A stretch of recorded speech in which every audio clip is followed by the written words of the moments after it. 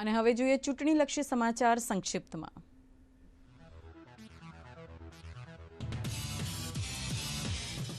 સોમવારે મહારાષ્ટ્રમાં થશે 5મા તબક્કાનું મતદાન। આજે પ્રચારના અંતિમ દિવસે મહારાષ્ટ્રના ઠાણેમાં ઉદ્ધવ ઠાકરેના નેતૃત્વવાળી શિવસેનાના આગેવાનોનો પ્રચાર।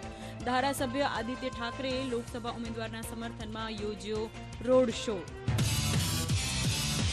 હરિયાણાના નુહમાં બસમાં આગની દુર્ઘટના બાદ કોંગ્રેસ નેતા અને ગુડગાંવ લોકસભા બેઠકના ઉમેદવાર રાજ બબ્બરે ઘટનાના પીડિતો સાથે કરી મુલાકાત।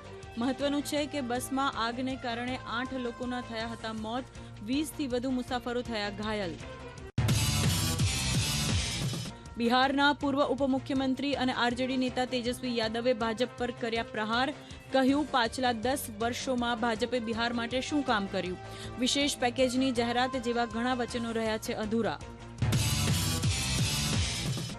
કેન્દ્રીય મંત્રી અને મુંબઈ ઉત્તર લોકસભા બેઠકના ભાજપના ઉમેદવાર પિયુષ ગોયલે સવારે મોર્નિંગ વોક દરમિયાન લોકો સાથે કરી મુલાકાત।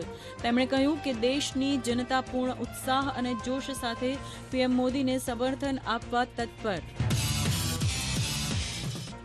મુંબઈમાં ભાજપાનું વિશેષ સંપર્ક અભિયાન। કેન્દ્રીય મંત્રી નીતિન ગડકરીએ કર્યું સંબોધન। ભારતને સુપર પાવર બનાવવા માટે ભાજપાએ કર્યા છે પ્રયાસ। ભય, ભૂખ અને આતંકથી મુક્ત ભારતનું નિર્માણ કરવા ભાજપાને જીતાડવા કર્યું આહ્વાન।